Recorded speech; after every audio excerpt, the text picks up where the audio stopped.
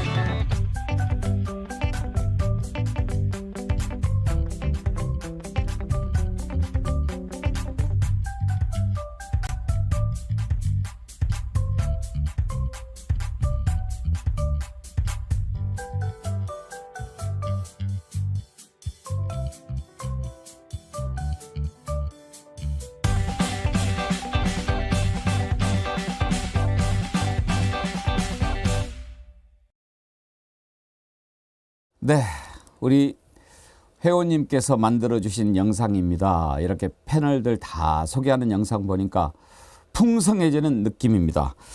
시작하기 전에 먼저 댓글 좀 소개해 드리겠습니다. 이은주님께서요 보내주신 글인데요. 앵커님 안녕하세요. 소망이 하나 생겼습니다. 하루라도 빨리 백운기의 정치 1번지 레거시 미디어와 유튜브계를 통틀어 정치 프로그램 중 최고의 자리에 우뚝 서는 순간을 맞이하는 것, 1등 하는 거요. 그날을 앞당기기 위해 더욱더 정신무장 단디하고 앵커님을 믿고 의지하면서 그 뜻 받들겠습니다. 충성, 필승, 단결. 여군 출신이신가? 김성환님, 조댓구알이 필요한 정치 1번지 관심과 사랑 부탁드립니다. 제가 대신 홍보하네요. 한 마리의 정어리는 고래에게 진다는 생각을 할 필요 없습니다. 요즘이 덩치로 판가름하는 사회도 아니고요. 하지만 조직에 단합된 힘과 결속력은 아주 중요합니다. 정어리 TV 백운기의 정치 1번지가 유튜브의 정론 언론으로 거듭나기 위해서는 여러분의 도움이 필요합니다. 예, 여러분 주변에 많이 권유해 주시고요. 그렇게 하면 우리가 또 힘낼 수 있습니다. 권나경님은 이런 글 주셨네요. 백운기 앵커님을 응원하는 마음으로 올립니다. 1회, 2회 청취한 피드백 올립니다. 앵커님의 구독자를 위한 진심 어린 마음은 충분히 이해되지만 소중한 시간을 시대 현안과 올바른 정보에 패널분들에게 깊이 있는 말들을 듣고자 하는데 자꾸 댓글 읽어주시고 안 그래도 앵커님의 말이 좀 느린 편인데 그렇게 하려 되는 시간이 너무 긴 듯해서 좀 답답하네요. 아이고 네, 아무래도 처음이니까요. 우리가 또 좀 소개도 하고 많이 또 구독 권유도 하고 또 축하하는 분들이 워낙 많으셔서 그랬던 거니까 이해해 주십시오. 앞으로 그런 것 줄이고 여러분들 궁금해하는 내용으로 더 많이 시간을 할애하도록 하겠습니다. 더 소개해 드리려고 했는데 권나경님 꾸중하실까 봐 이 정도 하겠습니다. 오늘 함께 하실 네 분 패널 소개하지요. 박원석 전 의원, 부승찬 전 국방부 대변인, 김준혁 한신대 교수, 조일출 파주예산정책연대 상임대표 네 분 함께 하십니다. 어서 오십시오. 네, 안녕하세요. 반갑습니다. 반갑습니다. 오늘 이렇게 네 분 오시니까 스튜디오가 꽉 찹니다. 꽉 차요. 김준혁 교수님 여기서 다시 만나니까 반갑습니다. 예, 반갑습니다. 예. 정말 반가운 분은 우리 박원석 의원이신데 박원석 의원은 제가 MBN 뉴스와이드 또 KBC 백운기 시사 1번지 계속 이렇게 함께했던 아주 가까운 분인데 스픽스 갈 때 같이 못 갔어요. 그랬다가 이제 다시 만나니까 더 반갑습니다. 네, 스픽스는 제가 출연을 안 했고요. 예. 어제 원래 첫 출연 날이었는데 그러니까요. 작은 추돌 사고를 당해서 작은 부상을 입고 뭐 작은 문제들을 좀 처리하느라고 어제 생방송을 펑크를 내가지고 너무 죄송했어요. 박원석 의원 어제 교통사고 난 것은 우리 애청자들이 다 알고 계십니다. 어제 네. 제가 소개를 했거든요. 근데 네. 다행히 뭐 다치신 조금 데는 별로 스크래치 없고. 났는데요. 예. 그게 이제 택시를 탔는데 타서 안전벨트도 멜 새도 없이 뒤에서 추돌을 당해가지고 결국엔 제 안경에 제가 다친 거죠. 안경도 좀 망가지고. 그래도 네, 여기 조금 그만하길 이제 정말 긁혔습니다. 다행입니다. 네, 다행히 뭐 엑스레이 찍어봤더니 이상 아무 데도 없더라고요. 예. 그리고 또 원래 머리가 단단하신 그리고 얼굴을 조심해야 돼요. 왜냐하면 저희는 방송을 하기 때문에 그럼요. 얼굴에 부상이 입으면은 방송을 못 하니까. 못하죠. 네. 제일 중요한 부분입니다. 감기 안 걸려야 되고. 네. 예. 뭐 감기는 잘 관리하고 있습니다. 예. 우리 부승찬 대변인 지난번에 제가 방송 잠깐 쉴 때 우리 광주에 예. 세미나 갔다 왔지 않습니까? 그걸 또 이렇게 좋아하는 분들도 많이 계시고 그때 전쟁과 인권, 한반도 평화에 대해서 얘기하셨는데 네. 참 많은 생각하게 된 그런 특강이었어요. 아유, 뭐, 많이 모자랐습니다. 그래서 근데 이제 대담하고 이럴 때 저는 이제 앵커님의 얹어갔죠. 솔직히 얘기해서. 아이고. 그래서 편했습니다. 제가 숟가락 얹은 거죠. 정말 편했습니다. 예. 너무 감사드립니다. 예. 오늘 이렇게 우리 패널로 함께 해주셔서 감사를 드리고 예. 천공 관련해서 지금 재판은 어떻게 되고 있습니까? 중앙지검으로 송치가 됐는데 예. 이게 8월에 송치가 됐는데 아직까지 검사 배당도 안 된 상황이라 어떻게 그럼 될지. 기소가 아직 안 된 겁니까? 예, 예. 수사가 아직 안 끝났군요. 예, 예. 그냥 서울경찰청에서 송치만 중앙지검으로 송치만 돼 있는 상태. 예. 뭐를 들여다볼 게 그렇게 많아서 그런 겁니까? 그것보다는 아마 이제 기소를 하게 되면 대통령실 비서실장, 네. 경호처장, 천공 뭐 이제 각종 이 관련자들이 전부 출석해야 되는 상황이 벌어지기 때문에 조심스럽지 않을까. 그냥 저 혼자의 생각입니다. 많은 분들이 정말 궁금해하시는데 그때 왔다 갔던 사람이 백제곤이 아니고 천공이다라고 하는 예. 그 확신에 변함이 없으십니까? 아유, 그럼요. 그거를 어떻게 제가 예. 백제곤을 잘못 봤을 가능성은 없어요? 아니죠. 이게 명확히 제가 거기서 이제 총장한테 되물은 게 그거였지 않습니까? 항상 하얀 도포를 입고 다니고 흰 수염이 길게 이게 머리도 그렇고 그런 사람이 여기를 들어오는 게 저는 말이 안 된다. 그런데 워낙 또 총장께서 이제 이 부하들의 보고를 워낙 확신을 갖고 있었기 때문에 저 역시도 마찬가지죠. 군보고 체계가 모든 게 끝나버리는 거거든요. 그 보고가 잘못된 거면. 그리고 확인 작업을 다 거치잖아요. 어느 기업도 마찬가지지 않습니까? 회장한테 보고할 때 이게 사실인지 아닌지 확인 과정을 다 거치기 때문에 이거 100조 원을 이제 천공으로 오인했다면 말 그대로 아군을 적군으로 오인해서 사살한 것밖에 더 되겠습니까? 그렇기 때문에 군은 보고 체계가 생명이고 그 생명을 철석같이 믿지 않으면 국민의 안전을 지킬 수가 없습니다. 저는 그렇게 생각하는 거죠. 예. 그러면은 우리 부승찬 대변인한테 얘기를 해줬던 참모총장 조사는 했나요? 아, 이래 조사했다고 하는데요. 예. 기억이 안 난다고. 기억이 안 난다. 네, 그렇게 답변을 했다고 들었어요. 우리가 또 박원석 의원 기억이 안 난다는 것은 대충 무슨 뜻인지 이제 다 알죠? 네, 뭐 그분도 그 총장님도 뭐 기억이 안 난다는 본인의 말의 의미가 뭔지를 알고 얘기하시는 걸 거예요. 알아서 짐작들 하시라. 예. 내 입으로 말은 못 하겠고. 근데 우리가 이렇게 살아보고 또 역사를 이렇게 겪어보면 변하지 않는 사실이 하나 있어요. 진실은 반드시 드러나요. 그럼요. 요즘 시대에 뭐 예. 반드시 확인됩니다. 예. 그리고 지금 말씀하셨듯이 저는 저거를 송치해놓고 수사를 안 하는 이유가 수사를 하면 진실에 가까워지거든요. 수사 안 하는 겁니다. 이 정부 들어서 이런 일이 한두 가지가 아니에요. 송치해놓고 수사 안 하는 사건 많습니다, 지금. 수사라는 게 실체적 진실을 밝혀내는 거고 이제 그 실체적 진실에 더 가까이 다가가는 게 재판인데 오히려 수사하는 것, 재판하는 것을 겁내는지도 모르겠습니다. 아니 당장 김건희 특검에 대해서 뭐 한동훈 장관 같은 경우에는 악법이라고 얘기를 했는데 김건희 특검법이 왜 만들어졌는지를 정확히 보시면 검찰이 수사를 안 하기 때문입니다. 그러니까 문재인 정부 시절에 탈탈 털었다고 했는데 압수수색 한 번 하지 않고 소환조사 한 번 하지 않은 건 탈탈 턴 게 아니에요. 당시에 서울중앙지검장이 이제 어쨌든 문재인 대통령이 임명한 지검장이었고 그러나 수사팀은 다 이제 이 윤석열 사단의 눈치를 보는 수사팀이었기 때문에 전혀 이 수사를 못했고요. 제가 더 이해가 안 되는 건 현 정부 들어선 지 1년 6개월이 지났잖아요. 그러면 사건을 조사해서 혐의 없음으로 종결을 하면 되지 않습니까? 근데 어떤 검사도 저 사안을 종결 처리를 못하는 겁니다. 왜 나중에 직권남용이 될 위험성이 너무 크기 때문에. 게다가 이제 김건희 여사가 직접 매수 주문을 넣은 상황, 그러니까 즉 이 통정매매에 가담한 상황이 녹취록을 통해서까지 드러났잖아요. 너무 증거가 많아요.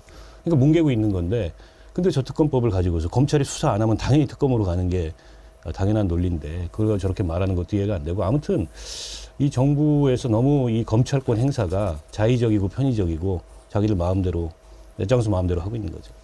우리 조희출 대표는 예산 전문가신데 이번에 예산 국회 통과됐지요. 예, 그렇습니다. 지금 여러 가지 관심이 가는 부분들이 많은데 오늘 그런 내용도 좀 이따가 짚어주십시오. 예, 알겠습니다. 많은 분들이 궁금해하실 겁니다.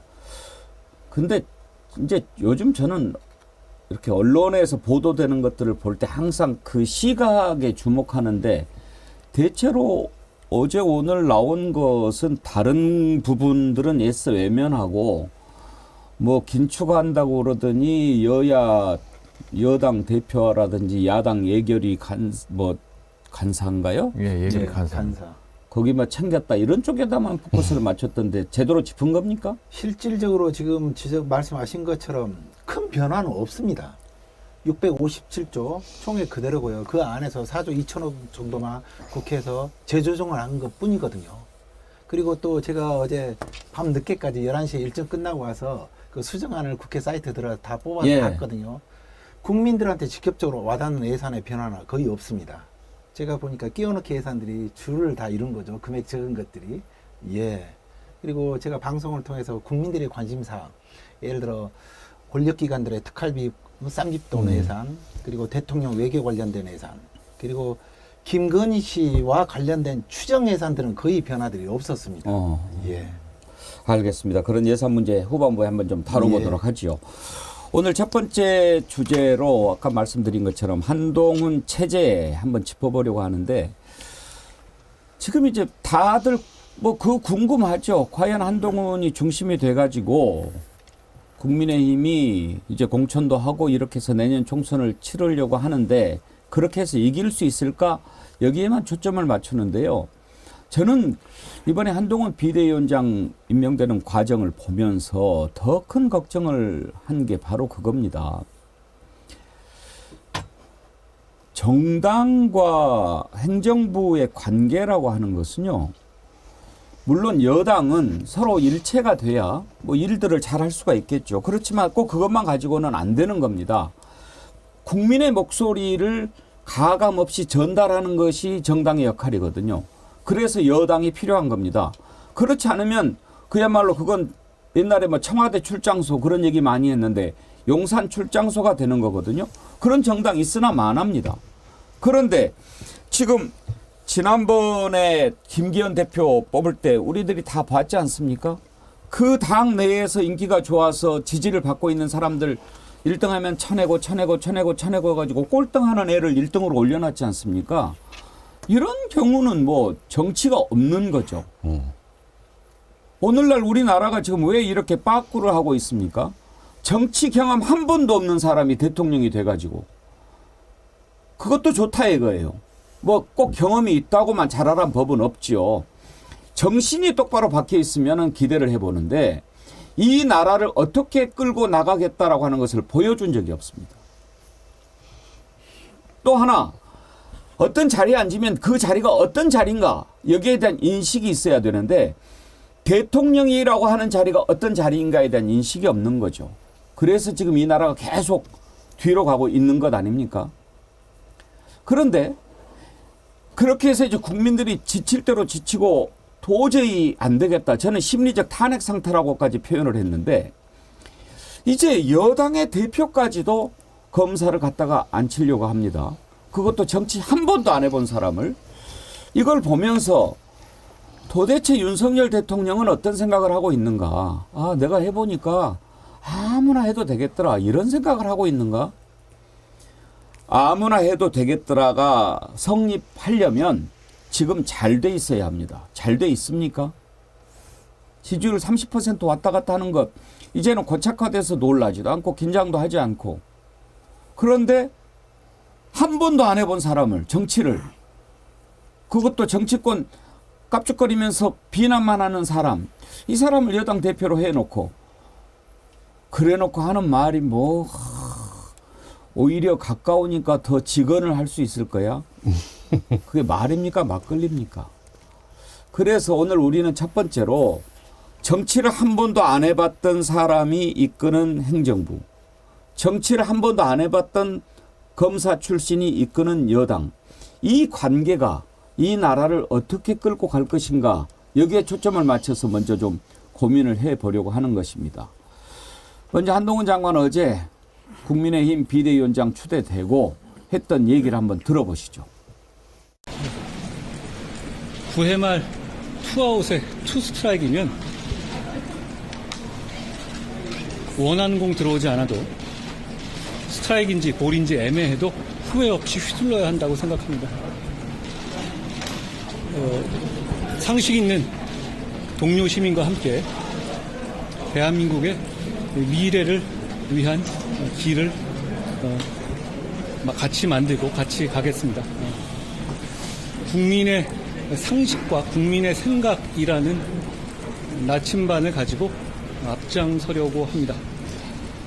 그 나침반만으로는 그 길 곳곳에 있을 사막이나 골짜기를 다 알 수는 없겠지만 지지해 주시는 의견 못지않게 비판해 주시는 다양한 의견도 경청하고 존중하면서 끝까지 계속 가보겠습니다. 용기와 헌신으로 해내겠다는 약속을 드립니다. 더 자세한 내용은 제가 아직 취임하기 전이기 때문에 취임하는 당일날 상세하게 말씀드릴 수 있을 것 같습니다. 박원석 의원 이 얘기하는 걸 보면 나름 준비가 좀 돼 있어요. 뭐 9회 말 투 스트라이크 그다음에 나침반 사막 이런 표현들은 준비한 메시지죠. 예. 메시지 컨설팅을 어디선가 받는 게 아닌가 싶어요. 그리고 이제 한 장관이 그동안에 국회에서 야당 의원들을 상대하면서 여당 지지자들한테 속 시원하다 이런 평가를 많이 받았고 그게 이제 한동훈이 메시지 능력이 있다 이렇게 평가가 되는데 자세히 들여다보면 한동훈 메시지 능력의 원천은 뭐냐면 메신저 공격입니다. 그러니까 국회에서 설전을 벌이는 민주당 의원들이 과거에 있었던 어떤 약점 뭐 이런 것들을 들춰가지고 그걸 가지고 역공을 하는 거예요. 컨텐츠를 가지고 논쟁하지 않아요. 메신저 공격으로 논쟁을 합니다. 근데 과연 그게 당대표가 돼서도 선거를 지휘하는 이 메시지 능력으로서 유효한가? 그건 아닐 거거든요. 이제 바꿔야 되는데 앞으로 지켜봐야 될 것 같고 어쨌든 좀 전에 그 얘기 중에 제가 좀 그 결기가 있다고 느끼는 건 9회 말 투아웃이라고 본인이 스스로 얘기하잖아요. 예. 어쨌든 9회 말 투아웃에 타석에 들어서서 휘두르겠다는 결기만큼은 결과가 어떻든 간에 그거는 뭐 검사 출신이어서 그런지 그런 배짱은 있는 것 같고 근데 이제 그 표현을 행간을 자세히 보면 9회 말 투아웃이고 원하는 공이 들어오지 않더라도 그러니까 본인이 원하는 공이 아니란 얘기잖아요 지금. 네.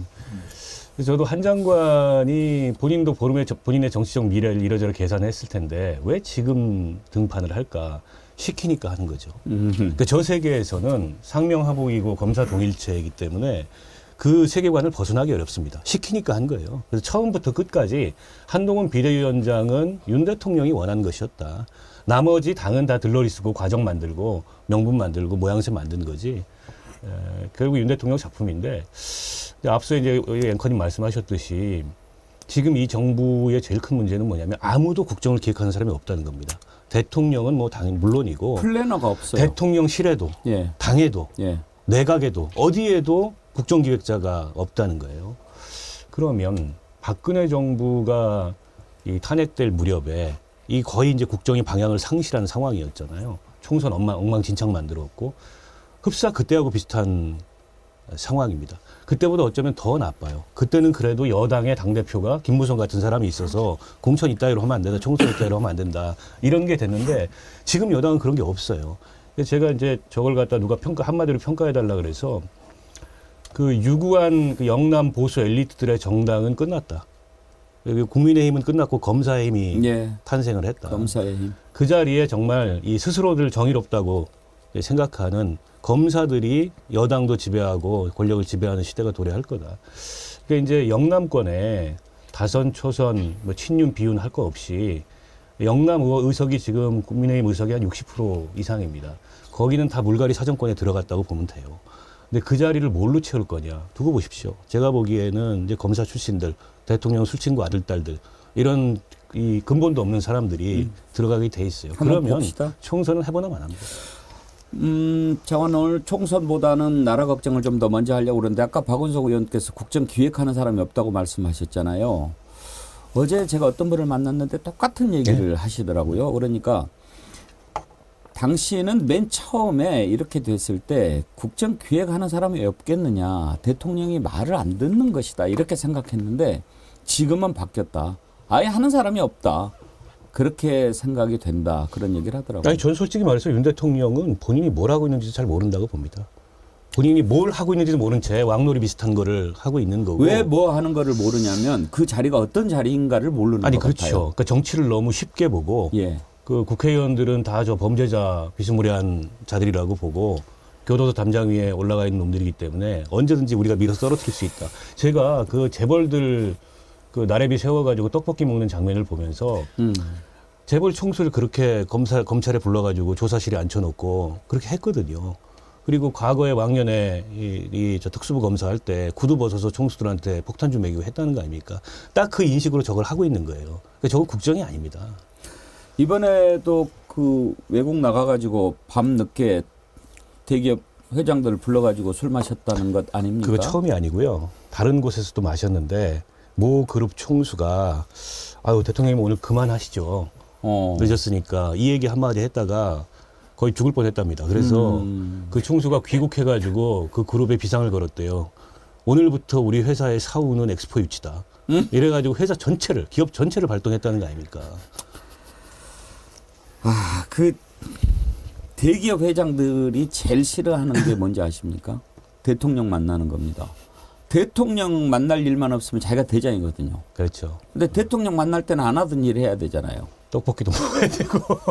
근데 김준혁 교수님, 지금 뭐 한동훈 장관 9회 말 투 스트라이크 이야기 하는데 본인이 이제 오탄이 좀 되는 거라고 생각하는 것 같은데 또 얼마 전에 원로들 모여서 이야기하는 거 보니까 유흥수 전 의원은 또 뭐 이순신 장군의 또 비유를 합니다.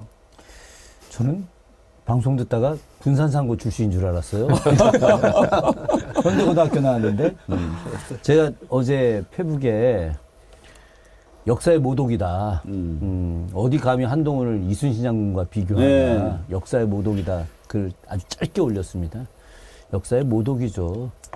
참 뭐 어이가 없어가지고 그 유 의원이 야 세상에 저는 언론에서 보고 이승만 대통령이 방귀 꼈을 때 각하 시원하시겠습니다. 이후에 최고의 아부가 아닌가. 예, 이런 생각을 했는데 조금 전에 저 영상 보면서 절망과 희망 이 두 가지를 같이 느꼈습니다. 이 절망이라고 하는 것은 조금 전에 우리 박 의원님께서 계속 하셨던 그 검사 공화국이 될 가능성이 높다라고 하는 것 이게 절망이라고 생각을 좀 하고요. 수직적 관계 속에서 평생을 겪어왔던 사람 아니겠습니까? 지금 정치라고 하는 것은 특히나 21세기 정치는 수평적 관계이어야 하는 거죠. 그래서 연대, 협치 이런 것이 이제 21세기 정치의 가장 중요한 것인데 오로지 수직적 관계 속에서 명령을 내려온 사람이 앞으로 비대위원장 됐을 때 또 명령을 하게 될 건데 저는 큰 곤욕을 치를 것이다. 이제 수평적 관계, 이 정치인들이 말입니다. 국회의원 되는 사람들이 그냥 되는 거 아닙니다. 나름 내공이 있어서 된 사람들인데 그 사람들 그렇게 우습게 보면 안 된다. 근데 이제 제가 왜 희망을 느꼈냐고 이야기하냐면 지금 당장은 검찰 정권이 탄생을 하겠지만 이 정권이 이제는 오래가지 못할 것이다. 실제로 제가 생각하기에 이 검사들의 권력은 600년이 지속됐습니다. 예, 600년 검찰 권력이 이번에 이제 망하게 됐다. 지금 현재 검찰 권력과 같은 게 사원부거든요. 예. 사원부라는 사람들은 독특한 세력들입니다. 그러니까 사원부 사람들이 가령 나라가 어지러워서 자기들이 금주령을 내려요. 그래도 지들은 술 처먹습니다. 예, 자기들은 상관이 없는 거예요. 그런 게 다 역사에 다 남아 기록돼 있습니까? 있죠. 그리고 사원부만의 독특한 게 면신례라고 해서 일반적으로 이제 그 관료들이 과거에 등단회가 합격해서 관료 나가면 술 사고 뭐 밥 사고 이런 걸 한 번은 해요. 저도 처음에 공직 들어갔었을 때 뭐 이렇게 직원들 밥 한 끼 사고 이런 거 했듯이 이게 일종의 과거 면신례인데 사원부는 다릅니다. 사원부는 아주 완전 죽여요. 사원부 면신례다 죽은 사람도 있습니다. 그건 어떤 거냐. 자기들 벼루에 먹 깔아가지고 침 탁 쏟아뱉게 한 다음에 그거 먹이고, 예.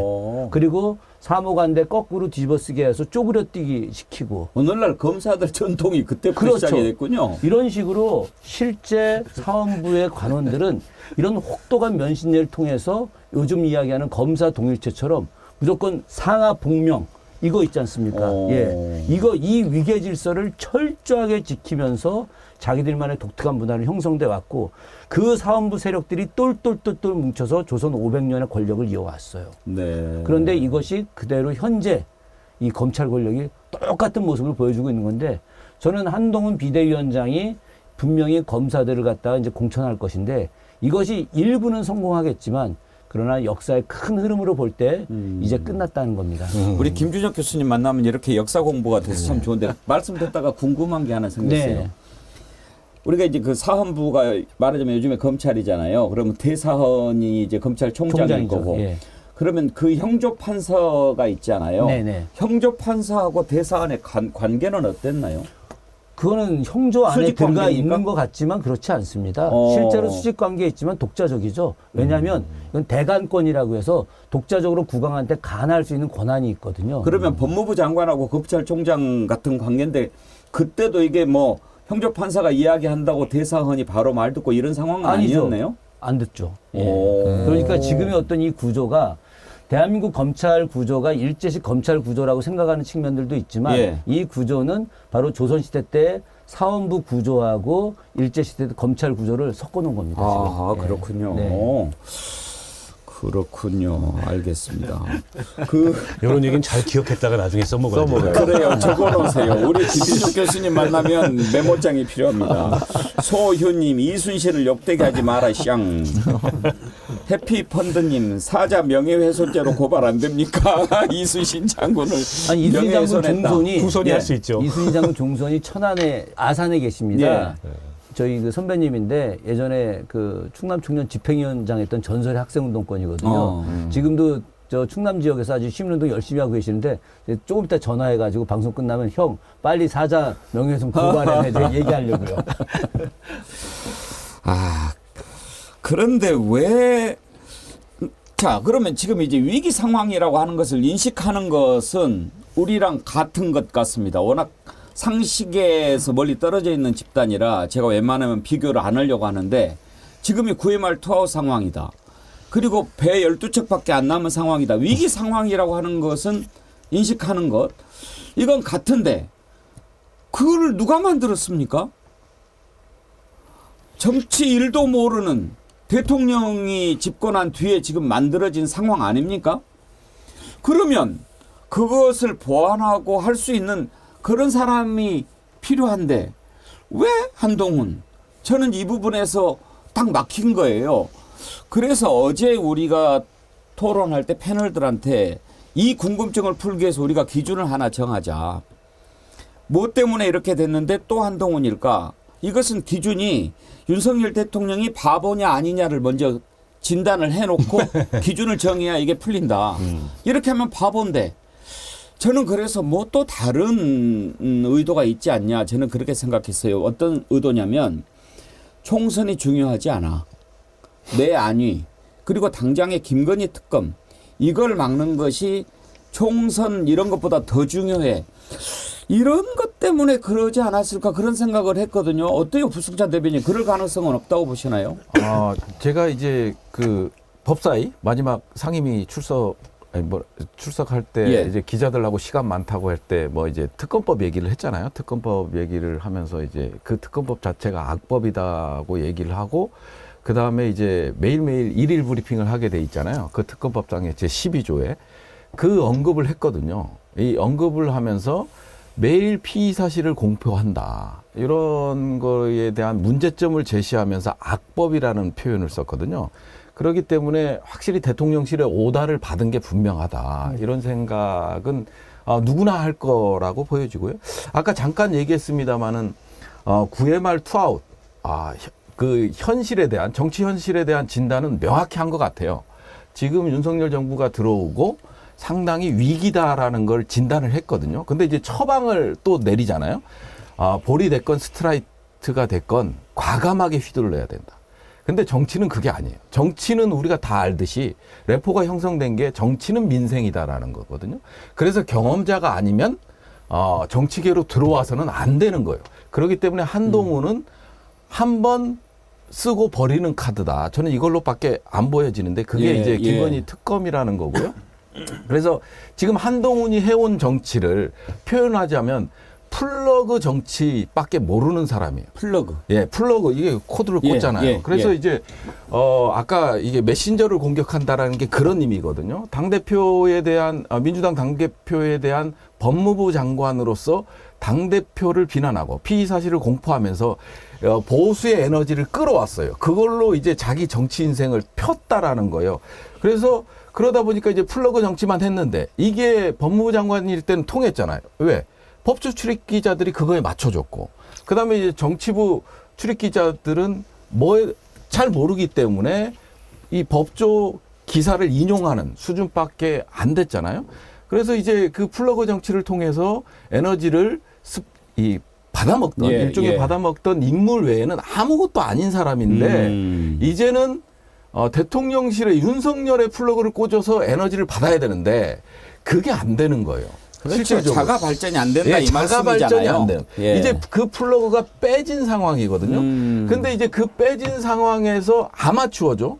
그러면 이제 또 얘기한 것 중에 재미난 포인트가 하나가 뭐냐면 처음부터 길이었던 곳은 없다. 이 얘기를 하잖아요. 근데 아까 제가 말씀드린 그건 또 중국 작가 루신의 또 얘기죠. 정치는 민생이다라는 표현이 아마추어는 들어올 수가 없어요. 9회 말 투아웃에 투 스트라이크에 내가 질 걸 각오하고 휘두르는 게 정치가 아니라는 거예요. 반드시 스트라이크, 내가 의도한 공을 가지고 쳐야 되는 상황이에요. 마구 휘두르면 우리 민생은 가라앉는 거예요. 그럼요. 대한민국하고는 가라앉는 건데 여기서 이제 아마추어라는 거를 보여줬다고 생각이 드는 거죠, 저는. 지금 플러버 정치 얘기하셨는데 정말 정확한 비유 같습니다. 지금 많은 국민들이 일단 한동훈 장관이 당대표가 되면 당정 관계 이건 완전히 이제 일체가 되지 않느냐, 출장소 되는 거 아니냐, 맹종 관계가 될 거다. 그렇게들 지금 걱정하는 거거든요. 본인은 아니라고 얘기를 하죠. 한번 들어볼까요? 그 민주당에서 윤석열 아바타라는 비판이 있습니다. 그 얘기는 뭐 비대위랑 관계없이 할 수 있는 일반적인 얘기니까 제가 드리죠. 저는 모든 공직자와 정치인은 국민을 위해서 일하고 협력하는 관계라고 생각합니다. 저는 지금까지 공직생활하면서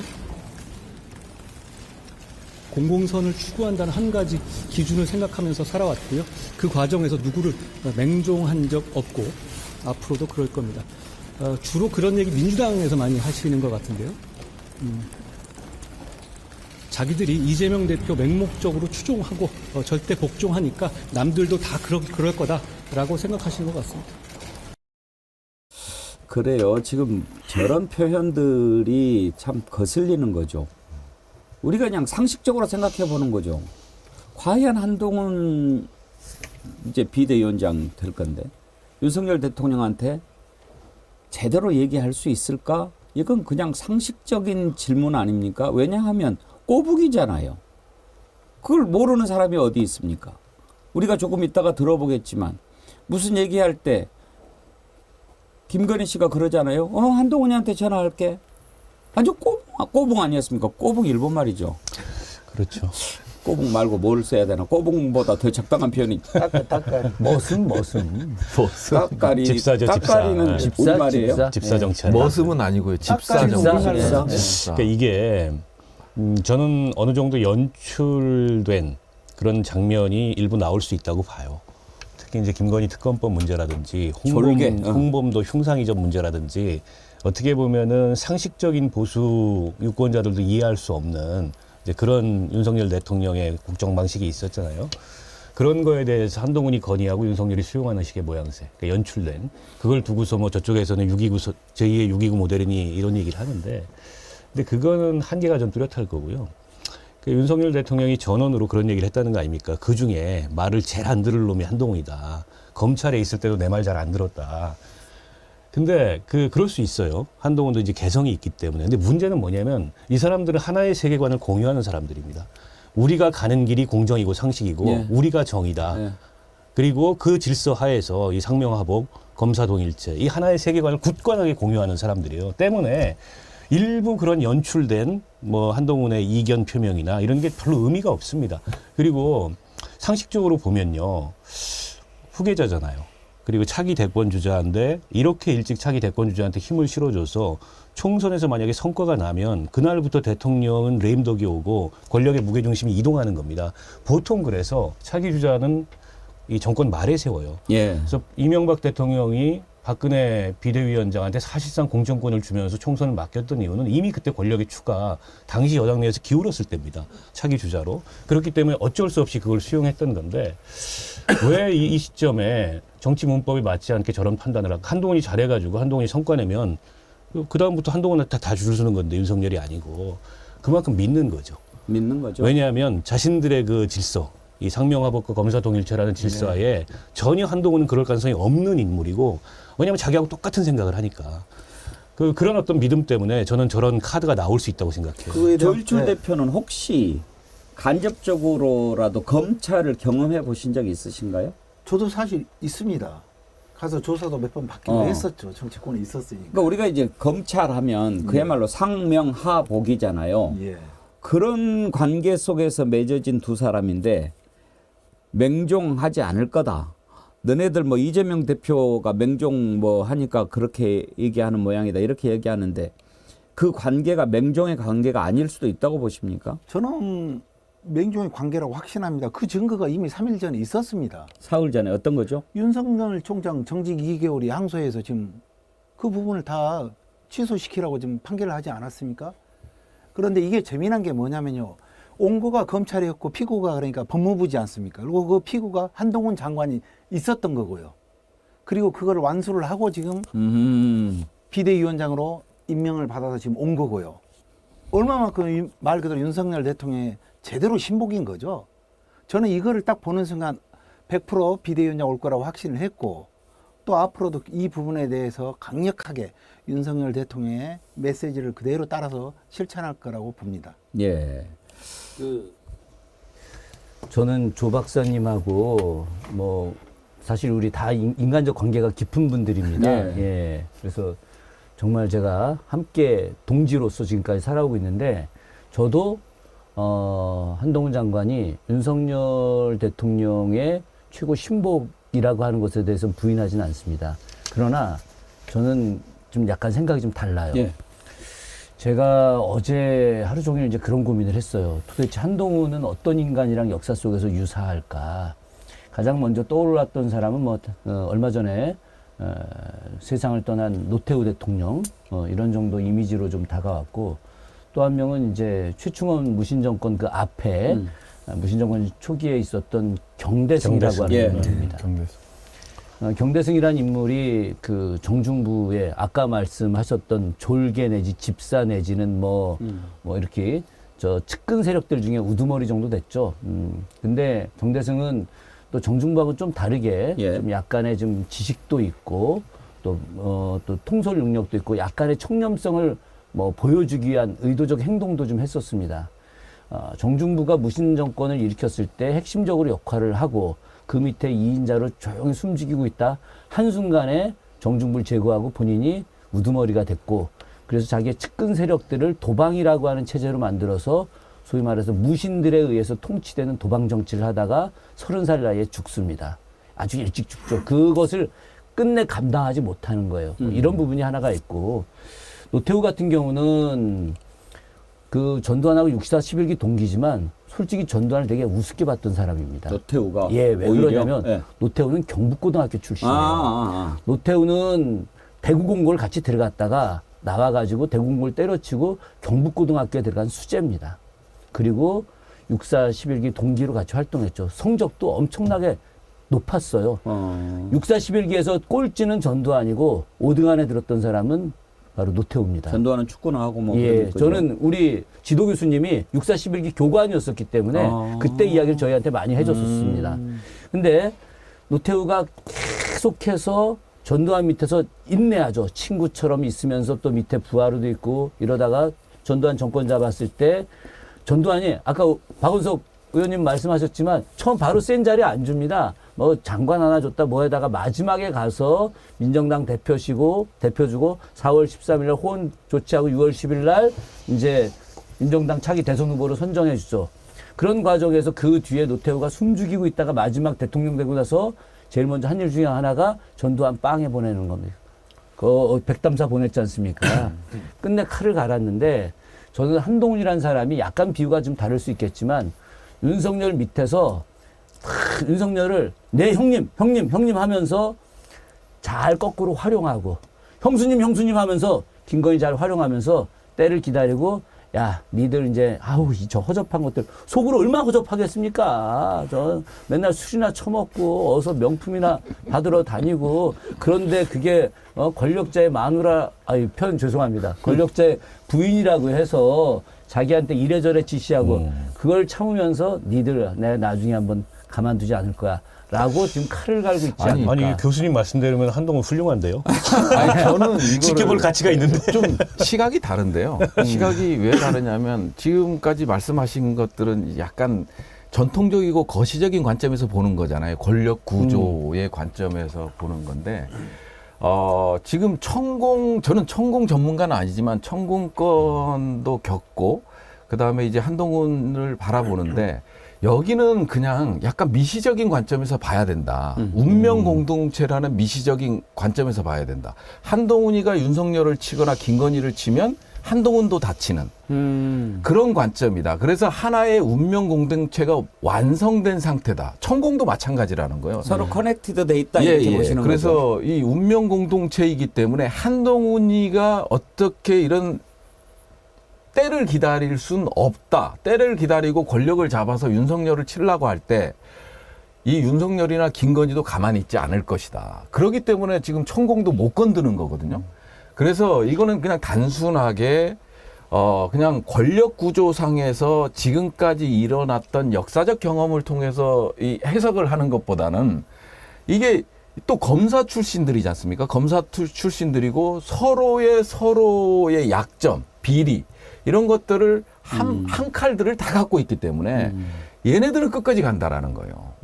그래서 한동훈이를 지금 비대위원장으로 추대 형식을 띠긴 했지만 내려보는 이유도 김건희를 지켜라라는 목적이 강하다. 그래서 이제 그런 관점에서도 좀 볼 필요가 있지 않나 하는 생각이 들어요. 저도 지금 그 말씀에 약간 공감을 하는 게 원래 후계자라고 하는 것은 처음부터 그렇게 안 맡기잖아요. 예. 근데 정말 아끼는 후계자라고 한다면 지금 시킬까? 왜냐하면 전두환이 노태우한테 처음부터 과연 주고 싶었을까 저는 그 부분에 대해서 의문이 있어요. 의문이죠. 예. 많은 사람들도 그렇게 이야기합니다. 왜냐하면 내무부 장관을 맡겼지 않습니까?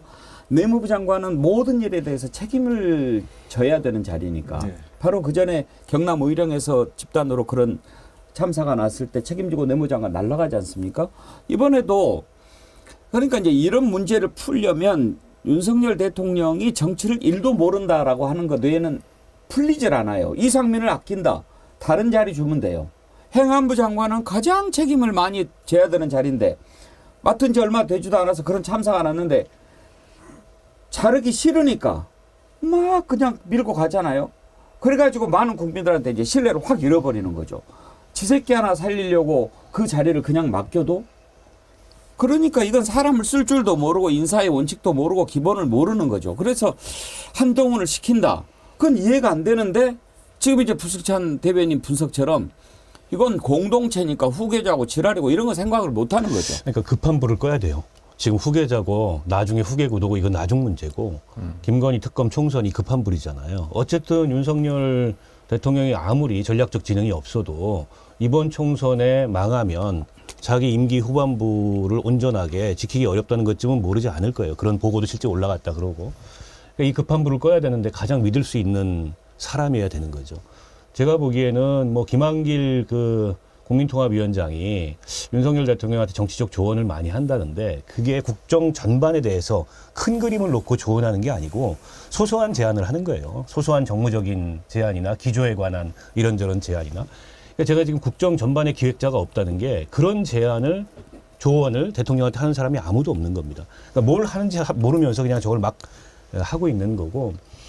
근데 이제 한동훈한테 가이드라인을 확실히 준 거는 그 김건희 특검 가이드라인을 줬어요. 그 한동훈이 그걸 입으로 얘기한 거 아닙니까? 네. 총선 전에 안 되고 이건 악법이고 이런저런 독소 조항들이 있고 그래서 그거 빼고 하자.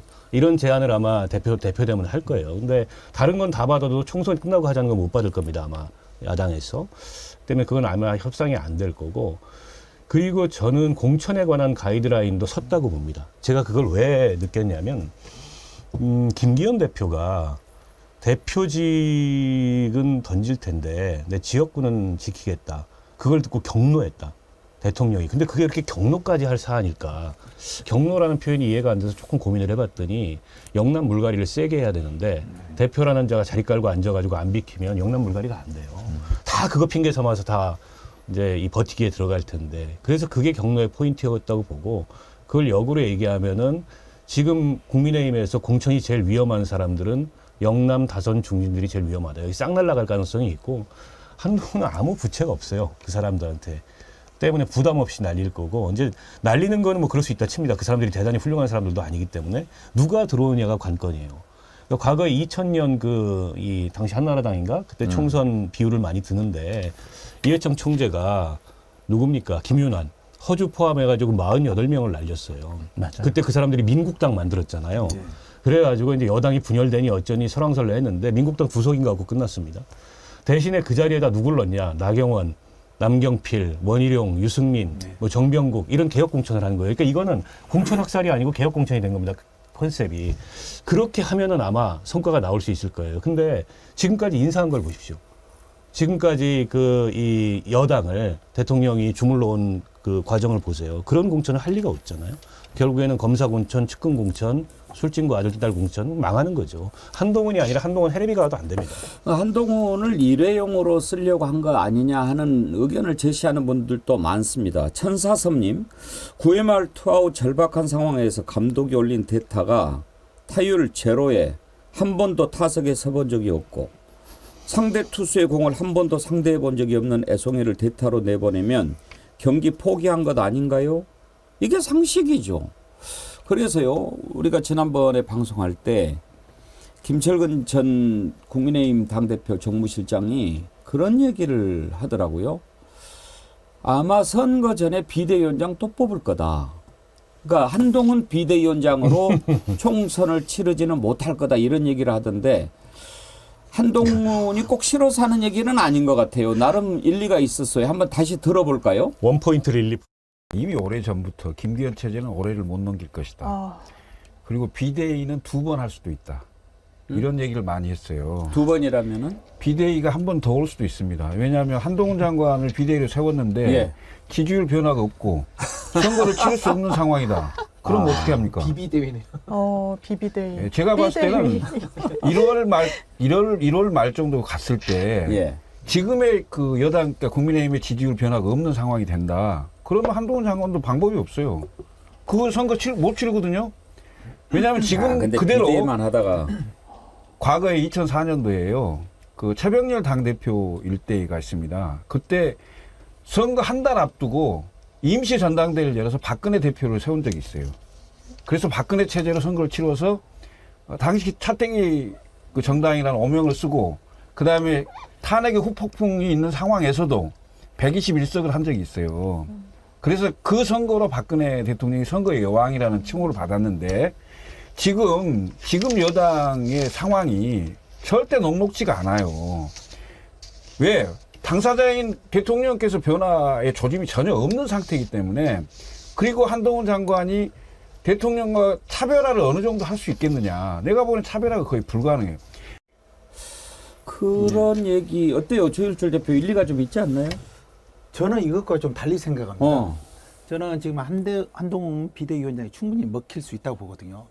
우리가 소위 말해서 단기 드라마가 사실이 아니지만 온 국민들이 감동하고 눈물을 뻥뻥 흘리지 않습니까? 근데 우리가 한 가지 맨날 망각하고 놓쳐버린 게 있거든요. 한동훈 지금 비대위원장이나 윤석열, 한동훈 두 양반한테는 우리가 항상 놓치고 있는 게 있죠. 검찰 캐비닛. 저는 그걸 최대한 활용할 거라고 봅니다. 그러니까 9회 말 투아웃에 투 스트라이크인데 무조건 휘둘려야 되는 거 아니냐. 저는 이거를 이렇게 판단했어요. 검찰 캐비닛을 최대한 활용하겠다고 저는 그렇게 판단을 했거든요. 그리고 그 검찰 캐비닛을 최대한 활용을 하면서 소위 말해서 인적 혁신을 가장하는 것이죠. 그러면서 검찰 출신들은 슬쩍슬쩍 끼워넣기를 하는 거고요. 저는 이러한 부분들이 충분히 먹힐 수 있다고 보거든요. 예. 예.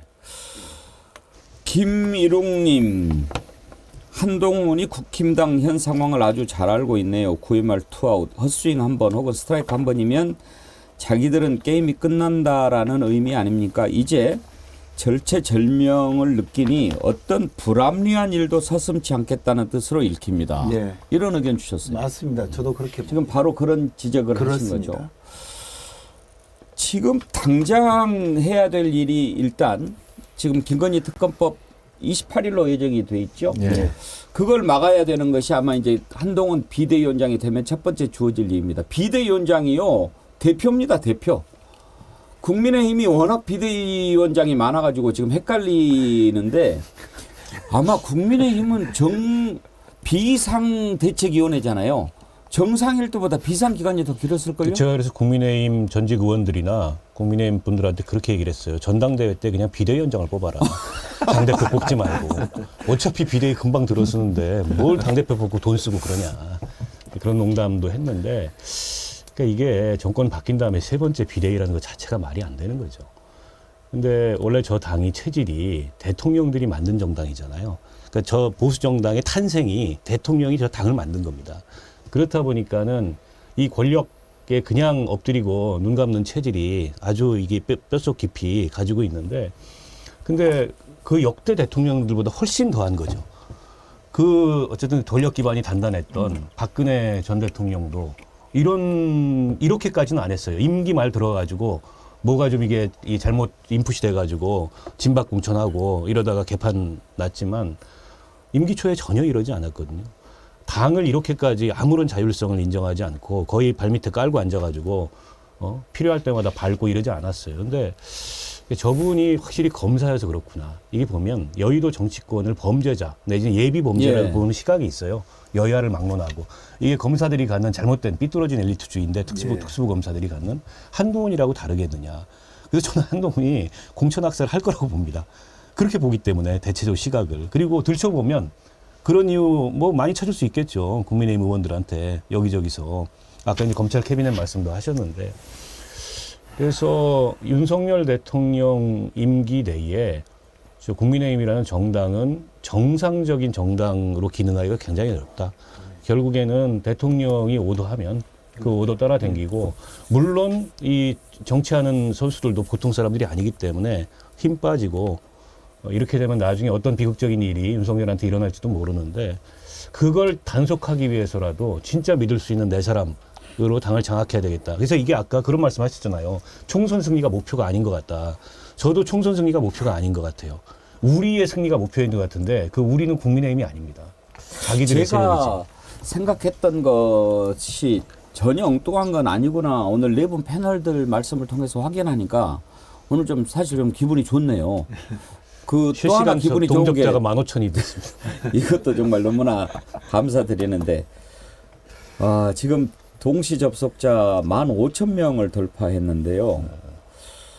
첫날 7,800분, 어제 9,200분, 사흘 만에 이렇게 15,000명 돌파했는데, 우리 여기 대표님께서 첫날 7,000 몇 명 넘으니까 기적이라고 놀랍다고 그랬는데 오늘 졸도하시지 않을까 걱정. 선생님 기억하세요? 저하고 방송할 때 2만 돌파했고 또 3만 3만 돌파했었지 않습니까? 예. 제가 오늘 와서 15,000 넘은 거예요. 그렇군요. 제가 지금 엉뚱한 소리 좀 하나 할까요?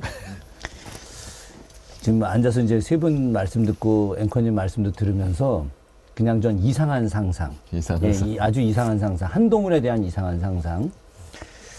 한동훈이 저는 굉장히 영악한 사람이라고 봅니다. 그런데 한동훈의 운명은 머지 않았다라고 또 생각하는 사람입니다. 아까 절망과 희망 이야기했듯이. 이제 그러면 한동훈 이제 딸 아들에 대한 학력 문제부터 시작해서 아무리 덮으려고 해도 어마어마하게 나올 것이다. 조국 장관 자녀 문제하고는 비교가 안 될 것이다. 이런 게 이제 나오면서 언론이 통제하지 못하고 그대로 이제 이게 커져 나가면서 사람이 이제 완전히 잘못된 길로 나가게 될 거다. 이런 또 생각도 하게 되죠. 하는데 저는 한편으로는 윤석열과 한동훈의 관계가 수직적 관계인 것처럼 보이지만 저는 윤석열은 한동훈을 의외로 무서워하고 있을지 모른다. 의외로. 이 윤석열이 간이 그렇게 큰 사람이 아닙니다. 옆에서 그 김건희라는 사람이 가스라이팅 시켜갖고 여기까지 온 건데 그 김건희도 저는 한동훈을 지시 막 시키는 것 같지만 속으로는 좀 두려워할 거다라는 생각을 좀 하고 있는데 그래서 윤석열과 김건희가 한동훈을 제거하기 위해서 이참에 빨리 비대위원장을 시켜주고 네가 잘못하면은 빨리 망가져서 나가라. 아까 김철근, 그 김철근 정무실장 이야기 들으면서 생각이 난 겁니다. 예. 두 번의 비대위원장 이건 때문에 그렇게 됐을 때 제거될 거라고 생각하지만 한동훈은 거꾸로 이번 공천을 윤석열 입장에 맞춰주는 척하면서 철저하게 자기 세력들로 윤석열은 자기 세력의 검사들을 공천시키는 것으로 보이지만 철저하게 한동훈은 실제 자기 세력의 측근들을 이 공천을 주면서 자기 세력화해서 오히려 거꾸로 차기에 확실한 어떤 기반을 마련하지 않을까. 예. 오히려 윤석열이 다치지 않을까. 우리 김 교수님은 윤석열과 한동훈의 암투가 나기를 지금 바라시는 것 같아요. 그런 암투가 상황까지는 난 이제 제발. 제발 봐야 되겠는데 이제 왜 한동훈이냐 하는 것에 대한 의문이 풀리지 않아서 우리가 계속 그 부분을 들여다보는 거거든요. 그런데 이제 당장 급한 불을 끄기 위해서였을 것이다 라는 그런 말씀들이셨고 제가 앞부분에 오프닝에서 말씀드렸듯이 이제 윤석열 대통령 찍어놓고 후회하는 분들이 많이 계시죠. 뭐 때문에 후회합니까? 일단 요 산돌림 글을 좀 읽어드릴게요. 지난 주말 아들네가 와서는 뜬금없이 아버지 죄송합니다 하는 것이었습니다. 사실은 선거 때 아버지 어머니 말씀 듣지 않고 윤석열을 찍었습니다. 정말 많이 후회합니다 하는 것이었습니다. 지금이라도 후회하고 반성하니 얼마나 다행입니까? 즐거운 저녁 시간이었습니다. 이런 글 주셨는데요. 자, 이제 국민들이 알게 됐습니다. 어떤 걸 알게 됐습니까? 여러 가지를 알게 됐습니다. 일단 뭐 선거 전에는 도리도리 하는 것만 알게 됐는데 지금은 이제 알게 된 게 아주 많지요. 그중에 이제 결정적인 게 저 사람한테 이 나라를 계속 맡겨서는 나라 절단나겠다. 이런 것을 알게 된 거죠. 더군다나 지금 이 나라 국정을 누가 주도하고 있느냐 하는 것에 들어가서는 더 걱정이 커집니다. 아니 대통령 부인이 만약에 남북관계가 어떻게 되면 당신이 그건 맞고 그다음에 금융위원 뭐 이렇게 하고 이게 뭡니까? 지금 이런 나라가 돼가고 있지 않습니까? 맨 처음부터 우리가 많이 걱정했어요. 손바닥에 왕자 쓰고 나올 때부터 걱정한 거죠. 그런데 수염난 놈이 왔다가 여기다가 터잡어 이렇게 하고 이런 나라를 만들어버리면 어떻게 되겠습니까? 그래서 이제 도저히 안 되겠다라고 하는 상황까지 왔는데 그러면 왜 한동훈이냐를 들여다봐야 됩니다. 우리가 오늘 그 부분을 잠깐 짚어봅시다. 한동훈을 어디에 쓸 것인가? 윤석열 대통령 당선됐을 때부터 모든 국민과 언론이 주시했습니다. 대체로 가장 많이 나왔던 게 서울중앙지검장이었어요. 아마 한동훈한테 서울중앙지검장 맡기면 이제 검찰 권력 휘둘르는데 딱 맞을 거야. 왜냐하면 그때 급이 그 정도 급이었거든요. 그런데 상상도 할 수 없는 자리를 맡긴 겁니다. 법무부 장관. 그때 눈에 가장 띄는 게 그 인사였는데 그때 한동훈을 법무부 장관에 앉히면서 윤석열 대통령이 뭐라고 얘기했는지 그걸 한번 지금 다시 들어보죠. 유창한 영어 실력으로 또 다양한 국제 업무 경험도 가지고 있고 그리고 글로벌 스탠다드에 맞는 이런 사법 제도를 정비해 나가는데 적임자라고 판단했습니다. 자, 부승찬 대변인 왜 웃으세요? 예? 왜 웃으셔요? 아니 갑자기 법무부 장관 얘기하는데 글로벌 스탠다드가 나오길래요. 예, 그래서 웃었습니다. 영어까지 또 잘한다고. 영어도 잘한다고 하고 영어 잘합니까? 뭐 잘한다고 들었습니다. 네. 예. 글로벌 근데 법무부 장관이 영어 잘하고 글로벌 스탠다드가 왜 필요한지 모르겠는데 예. 그때 당시에 또 뽑는 기준들도 이상했어요. 예, 예. 뭐 그리고 전 정부에 이렇게 훌륭한 사람 봤냐 또 그런 얘기 했었고요. 네. 근데 우리가 저 상황에서 저 상황에서 떠올리는 장면이 하나 있었어요. 왜 한동훈일까? 법무부를 총괄해야 되는데 바로 김건희 여사와의 관계 때문이었죠. 네. 김건희 여사와 서울의 소리가 통화할 때 한동훈 얘기가 나옵니다. 우리가 지금 그걸 다시 한번 들어봐야 합니다. 누나 동훈이 형 전화번호 모르나? 누구? 한동훈이 형 전화번호 몰라? 한동훈? 응. 왜? 무슨 일 있어? 내가 좀 제보 좀 할 게 몇 개 있는데. 그럼 나한테 줘. 아니 네. 나한테 준 게 아니라 응. 내가 번호 줄 테니까 거기다 내가 한동훈이한테 전달하라 그럴게. 그래요? 응. 그게 몰래 해야지. 그 동생 말 조심해야 돼. 어디 가서 절대 조심해야 돼. 부숙찬 대변인. 한동훈을 마치 뭐 자기 졸개 부리듯이 그렇게 하지 않나요? 아니 그래서 이제 운명 공동체라는 얘기를 했고요. 그다음에 이제 문자 메시지도 마찬가지잖아요. 수백 회가 오갔잖아요. 이게 한동훈이 김건희를 조종하는 데 사용될 수 있고 김건희가 한동훈을 조종하는 데 사용될 수 있다. 그런 면에 있어서 저는 이제 운명 공동체다.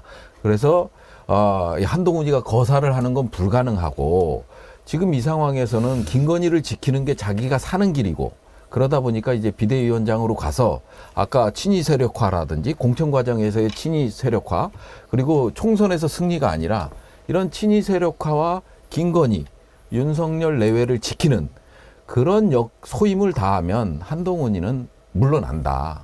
예, 저는 그 말씀을 드리는 거고요. 예. 그거 외에는 설명이 안 됩니다. 예.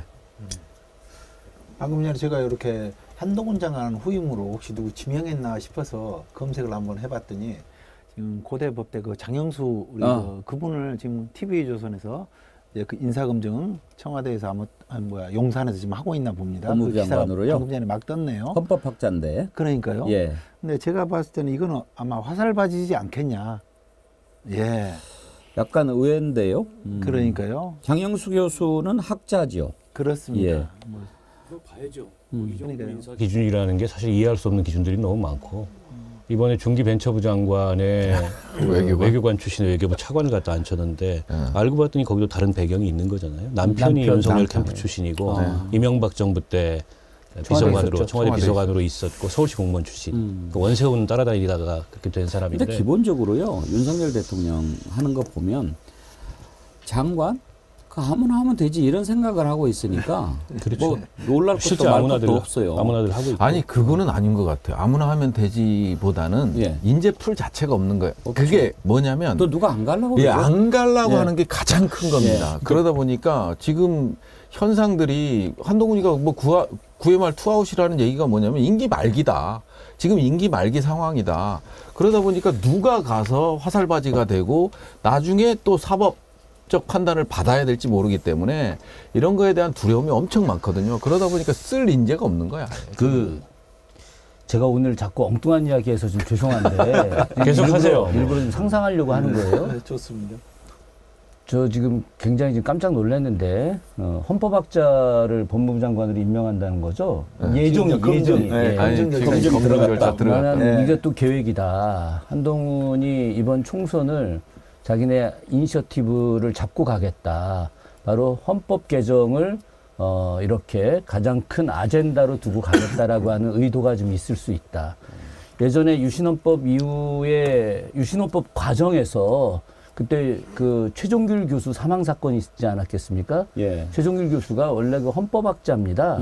최종길 교수가 당시에 그 유신헌법의 문제점에 대한 이야기를 한참 하던 때예요. 당시 서울법대에서 천재 법학자로 예. 이름이 났던 분이었고 그 친동생이 당시 저 중앙정보부 핵심 그렇죠. 요원이었었습니다.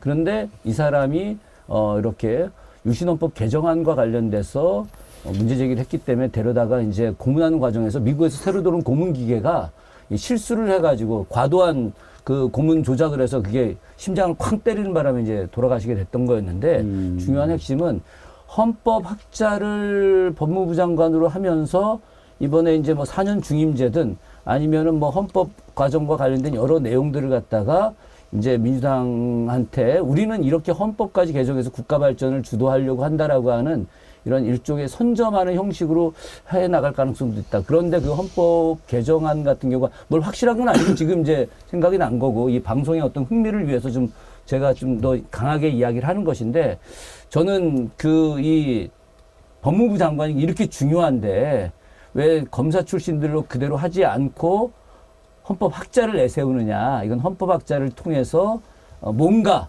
또 다른 방식의 총선 준비를 하고 있는 것이다라고 하는 생각이 퍼뜩 들어서 말씀드립니다. 아직 결정이 안 됐으니까 지켜봅시다. 예. 제가 장영수 교수 그 프로그램에서 몇 번 뵀는데 글쎄요 그렇게 가실 것 같지도 않은데요. 한번 봅시다. 뭐 요즘에 근데 그 전에 박근혜 탄핵 정국 때 또 개헌 얘기가 많이 나와서 얘기를 나눠봤는데 윤석열 정부 들어서는 좀 친윤 쪽 뭐 글도 많이 쓰고 그렇게는 하던데요. 한번 보겠습니다. 이렇게 지금 윤석열 대통령 한동훈 장관 배후에 김건희의 그림자가 어른거린다. 이 부분을 좀 우리가 생각을 해볼 필요가 있는 겁니다.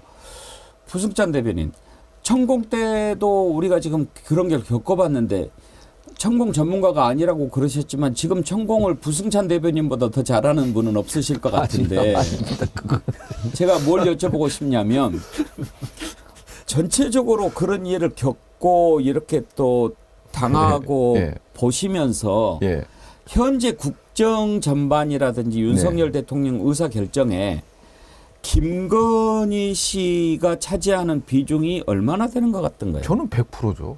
그 정도예요. 네. 그냥 윤석열은 바지 사장이다. 저는 그렇게밖에는 안 보여요. 이 조사를 받으면서 그런 것들을 정말 많이 느껴요. 그러고 나서 조사받으면서 그걸 느꼈기 때문에 제가 거리로 나갔던 겁니다. 윤석열 퇴진, 대통령 퇴진 거리로.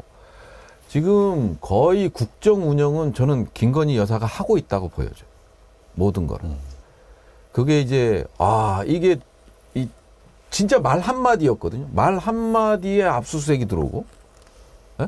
제가 이제 압수수색 받을 때, 말 한마디에 압수수색이 들어오고, 그 다음에 말 한마디에 이제 서울경찰청이 움직이고, 그러니까 딱 말 한마디면 다 움직이는 거예요. 근데 그게 그 말 한마디가 뭐냐. 제가 그 영린을 건드렸다는 게 그게 그때 압수수색 받을 때 난 영린을 건드린 죄다 이런 얘기를 했던 게 결국 천공이었고요. 이 천공과의 관계는 윤석열이 아닌 김건희거든요. 김건희 여사. 그렇죠. 그러다 보니까 이제 계속해서 천공에 대한 조사가 이루어져야 된다. 이렇게 계속 경찰청에다 강조를 했더니 한 번 오기로 했대.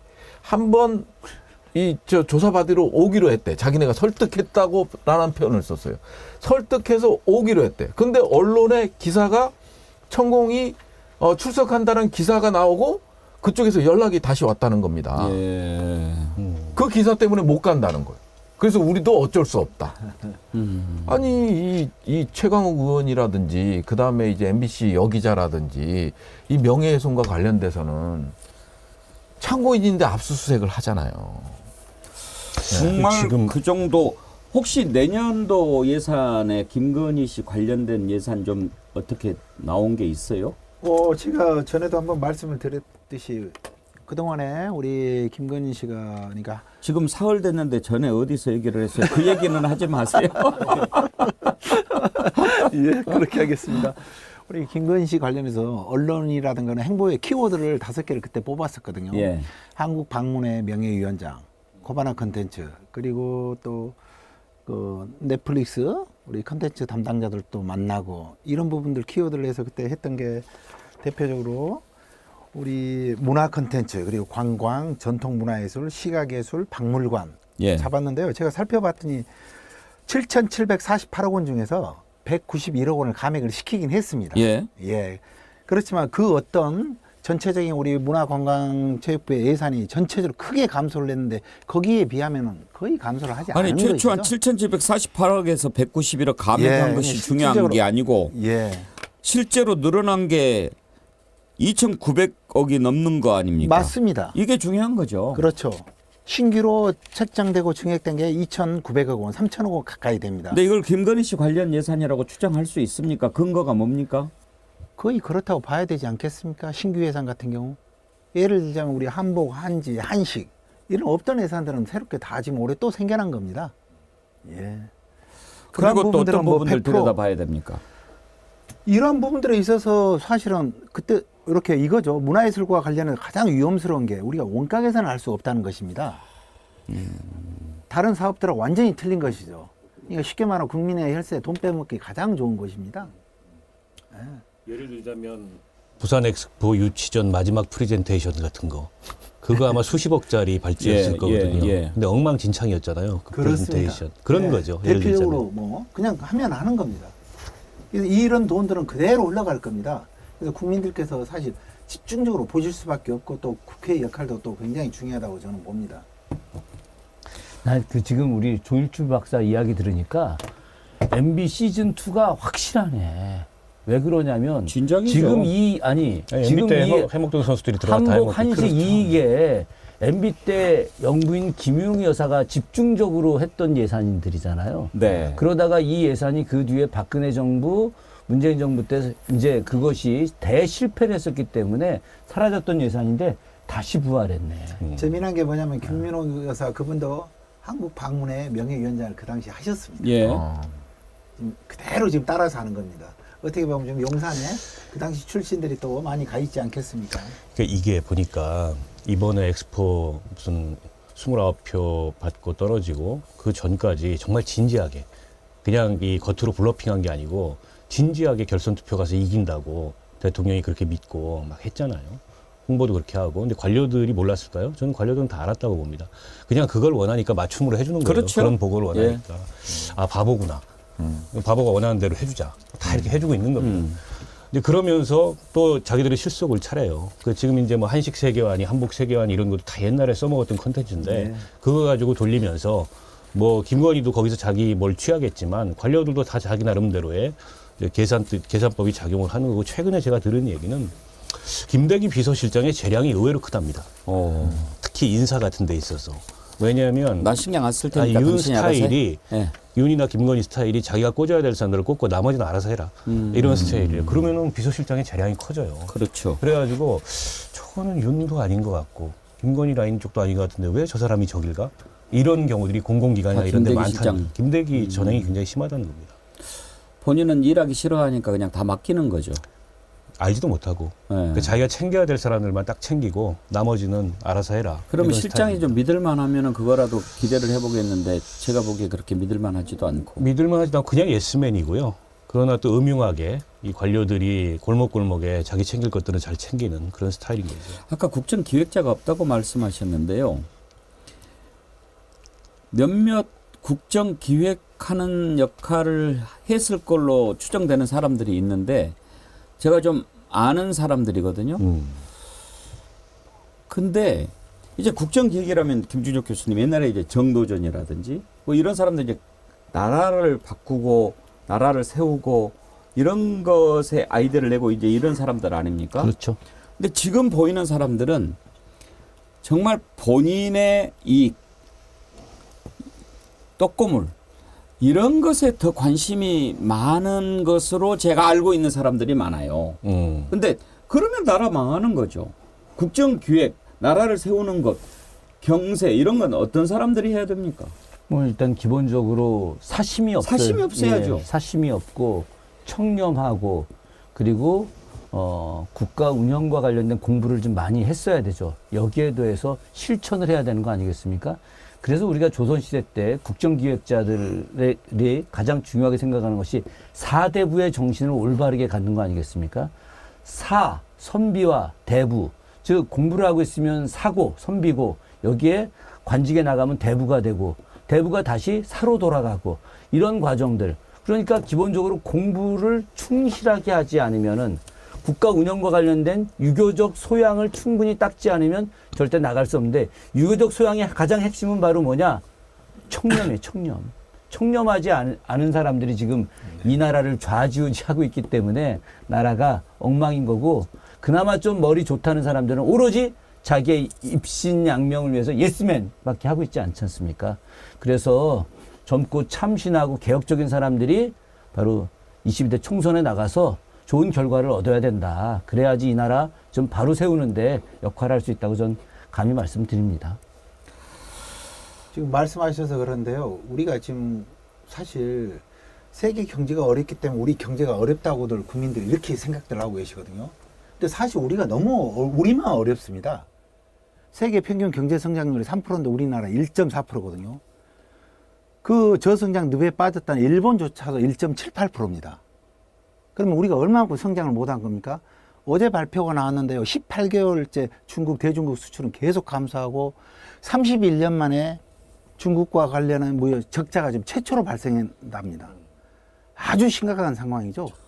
경제 규모도 우리가 높을 때는 7, 8위까지 갔는데 지금 13위인데 14위가 인도네시아입니다. 우리가 그 정도까지 지금 하락하고 있는 것이죠. 아주 심각한 상황입니다. 예.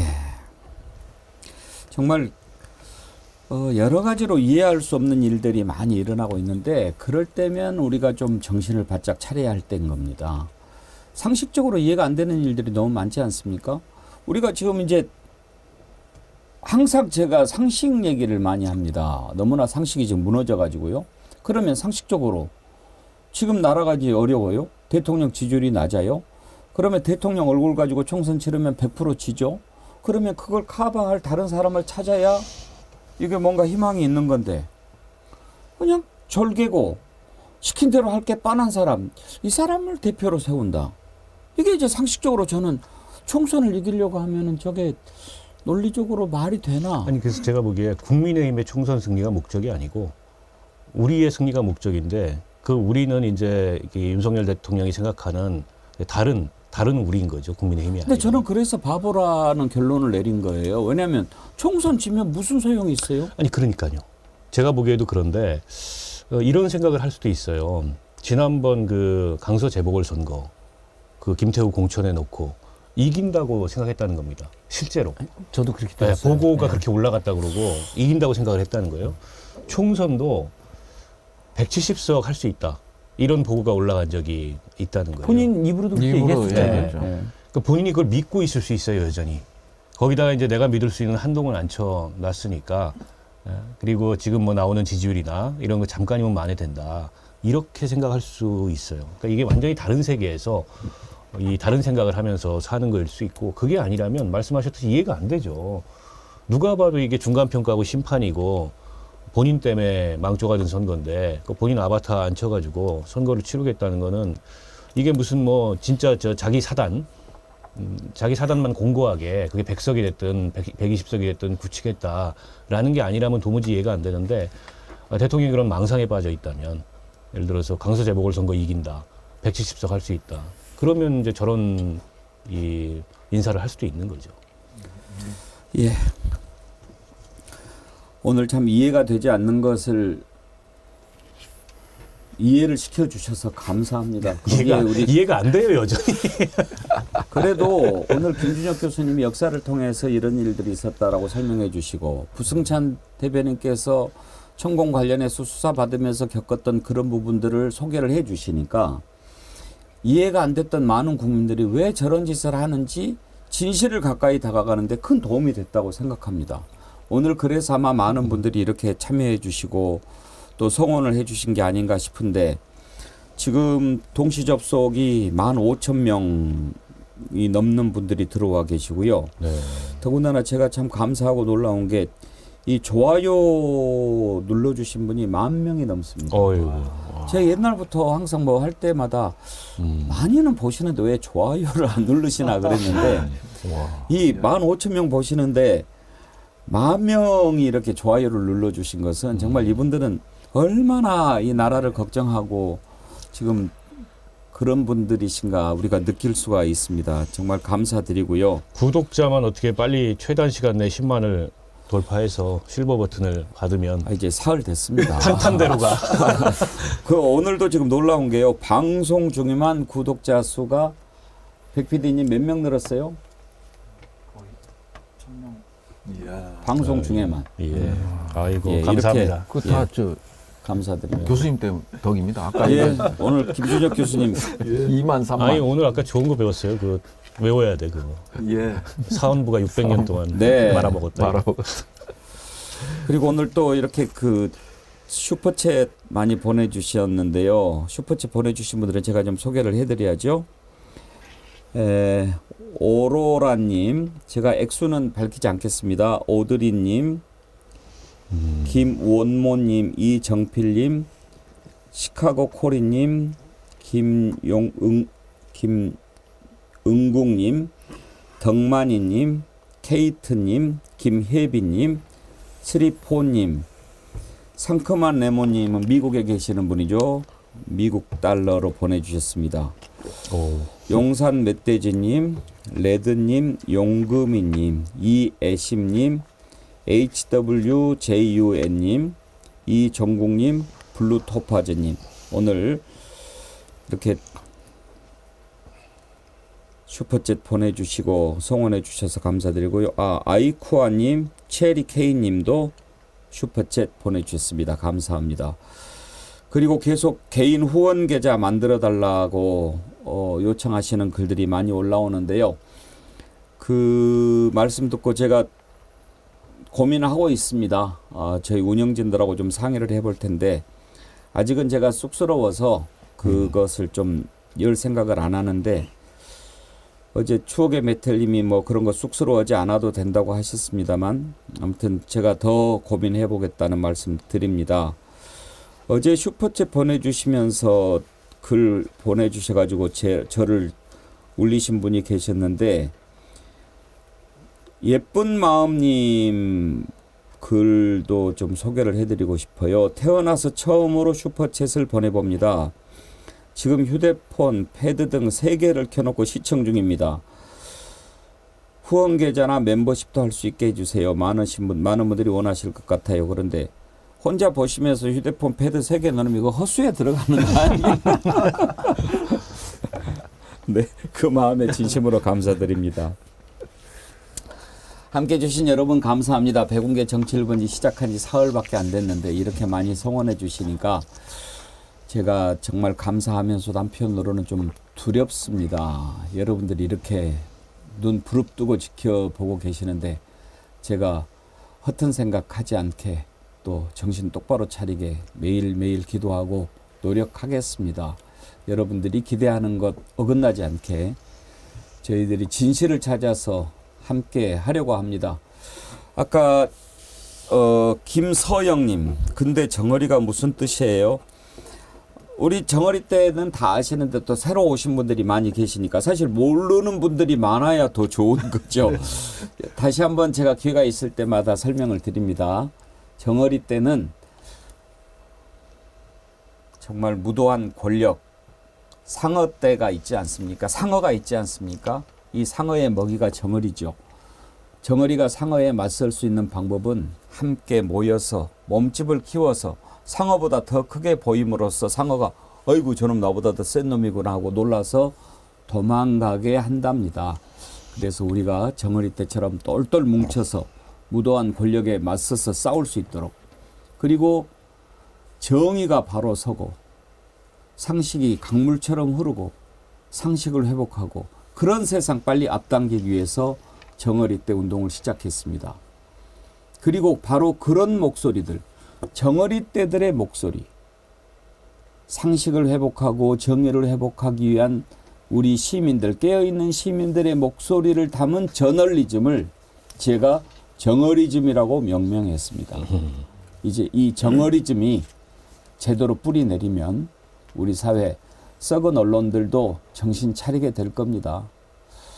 어떻게 지금 이 나라를 이렇게 망쳐놓고 개판으로 만들어 놓고 있는데 거기에다가 자기 절개를 또 여당 대표를 시킵니까? 도대체 나라를 어떻게 끌고 가겠다는 것입니까?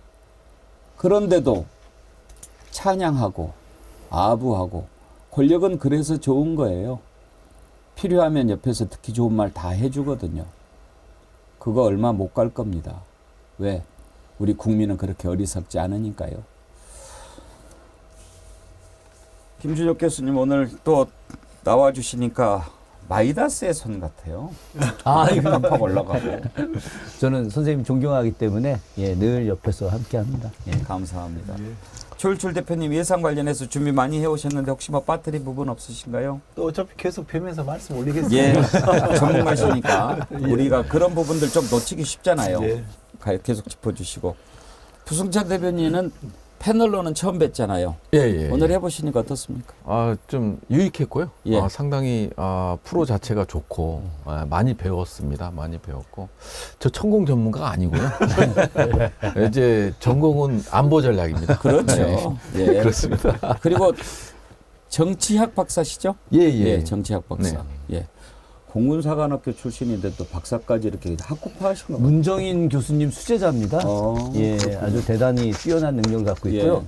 저하고 조 박사님하고 부승찬 박사님하고 셋이 저희 같이 모임 더 세로라고 하는 더 세로 포럼 모임 사실 멤버들입니다. 그것도 모르고 또 제가 오늘 이렇게 그래서 조합을 했네요. 예. 그러면 헤쳐놓겠습니다. 박원석 의원님 함께 해주셔서 든든하고 다시 만나서 정말 반갑고 이만은 금방 낫겠죠? 찰과상이니까요. 예. 우리 박 의원님하고도 예전에 MBN 우리 계속 같이 했지 않습니까? 예. 앵커님하고 또 지역에서 같이 활동했던 또 선후배 사이고 예. 저 딱 이 멤버 구성이 돼가지고 야 이거 이렇게 좋은 조합이라니 너무 신나서 왔죠. 다만 제가 좀 걱정하는 건 하나 있어요. 이렇게 좋은 분들하고 계속 하고 싶은데 내년 4월 되면 이제 못 볼 것 같아가지고 다들 또 국회에 가 계실 거 아니에요. 네. 자, 고맙습니다. 오늘 함께해 주신 여러분 진심으로 감사드립니다. 여러분들 덕택에 정말 행복한 사흘이었습니다. 주말 잘 보내시고요. 오늘 금요일 맞죠? 예, 그렇습니다. 아, 정말 요즘에 막 시간 가는 걸 잘 몰라가지고.